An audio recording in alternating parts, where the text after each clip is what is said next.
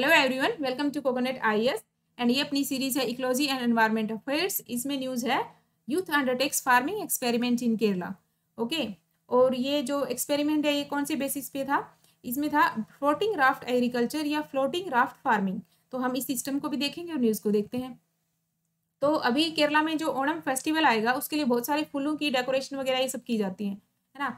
तो इसके लिए मैरीगोल्ड के बहुत सारे फूल वगैरह उगाए गए हैं। ये इसी इसी मतलब जो ये सिस्टम है ना, इसी के थ्रू इनको उगाया गया है, फ्लोटिंग राफ्ट एग्रीकल्चर के थ्रू।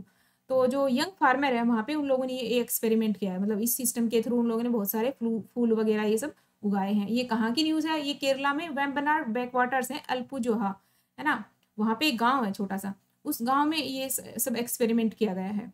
ओके, और जो ये फ्लोटिंग राफ्ट एग्रीकल्चर है, फ्लोटिंग जो राफ्ट है ये किससे बनाई जाएगी? इसमें 3 चीज़ें इन्वॉल्व हैं। एक तो बैम्बू है, एक कोयर जियो टेक्सटाइल है, दूसरा वाटर हाइसनिथ है। तो हम देखेंगे जो बैम्बू है ना, मतलब ये फ्लोटिंग राफ्ट बनाई जाएगी ना, जो पानी के ऊपर तैरने वाली राफ्ट सी होती है ना, वैसा बनाया जाएगा। तो ये किससे बनाई जाएगी? बैम्बू के जो लकड़ियाँ होती हैं, बैम्बू वाली बैम्बू स्टिक्स को लिया, उनको फिर जो कोयर जियो टेक्सटाइल है, मतलब जो नारियल की रस्सियाँ बना के उसको ऐड कर दिया सबको, और उसके ऊपर वाटर हाइसनिथ जो होता है, जो हमारी वाटर बॉडीज़ के लिए अच्छा नहीं होता है ना, और मतलब अनलिमिटेड सा उग जाता है, बहुत ज़्यादा फैल जाता है। तो इस जो डिग्रेडेड होगा ना, मतलब फिर ये जो मर जाएगा वाटर हाइसनिथ, उसको पकड़ के इकट्ठा करके और उसको उसके ऊपर रख दिया जाएगा बैम्बू फ्रेम्स के, मतलब जो राफ्ट बनाई जाएगी उसके ऊपर रख देंगे ऐसे।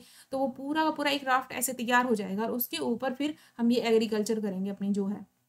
तो इसीलिए इसका नाम फ्लोटिंग राफ्ट एग्रीकल्चर रखा है ना। तो मतलब ये राफ्ट है, ये पानी में मतलब वाटर बॉडी के ऊपर घूमती रहेगी और इसके ऊपर अपनी एग्रीकल्चर हो जाएगी, जो भी फार्मिंग है, मैरीगोल्ड लगा लो या फिर और कोई भी मतलब शॉर्ट टर्म के लिए हम देखेंगे अभी न्यूज़ में क्या है। तो ये ऐसे ये वाली एग्रीकल्चर है, ये सिस्टम है पूरा तैयार किया गया है जो है ना। और दूसरा ये कि ये सिस्टम जो दूसरा 5 ईयर्स मतलब 5 साल से चल रहा है, मतलब किसके ऊपर एक्सपेरिमेंट चल रहा है? ये अमरंथस है ना, इसके ऊपर तो एक्सपेरिमेंट चल रहा है। कहाँ पे? ये जो international research and training centre for below sea level farming Kuttanad में है। हमने देखा है ना कि जो कुटानेड की जो राइस फार्मिंग होती है, जो GIHS में इंक्लूड है ना, एक तरह से। तो वो जो सिस्टम है वहीं मतलब जो इंटरनेशनल रिसर्च ट्रेनिंग सेंटर है, इनने बोला कि हम 5 साल से इस पे तो एक्सपेरिमेंट चल रहा है अमरथस पे, और अब इन लोगों ने मतलब जो यंग फार्मर्स हैं उन लोगों ने एक्सपेरिमेंट किया इस पे मैरीगोल्ड पे, और मतलब और भी कर रहे होंगे आसपास के एरिया में भी, जब सब जगह ये एक्सपेरिमेंट चल रहा है मतलब ऐसे ऐसे। तो देखते हैं इस वाले जो फ्लोटिंग राफ्ट एग्रीकल्चर है इसके क्या बेनिफिट होंगे फिर, है ना। एक तो यही कि क्लाइमेट चेंज जो हो रहा है उसकी वजह से मतलब अडेप्टेबिलिटी बढ़ेगी, रिजिलियंस बढ़ेगी, है ना। मतलब जो सी लेवल राइज होगा तो हम अपना कर सकते हैं, ज़्यादा से ज़्यादा प्रोडक्शन कर सकते हैं। अगर सी लेवल राइज होगा तो भी हमें ज़्यादा दिक्कत नहीं होगी ना, हमें थोड़ा रिजिलियंट अडेप्ट हो जाना है सिचुएशन के अकॉर्डिंग, तो वो बेनिफिट होगा। दूसरा ये कि ये जो आइडिया है, इससे जो वाटर हाइजीनिक की जो प्रॉब्लम हो जाती है ना वाटर बॉडी के ऊपर, मतलब ख़त्म ही कर देता है एक तरह से, इतना फैल जाता है पूरी तरीके से। तो वो भी हम उसका भी यूज़ कर लेंगे, है ना। और थर्ड यही कि जो ये साथ साथ में जो राफ्ट अपनी एग्रीकल्चर होगी, इसके साथ दूसरी फिश फार्मिंग कर लो, केज फिश फार्मिंग, और दोनों का मतलब जो फार्मर है उनको इनकम लेवल भी बढ़ेगा उनका इससे। तो ये सब तो हो गया, मतलब इसके फ़ायदे हो गए।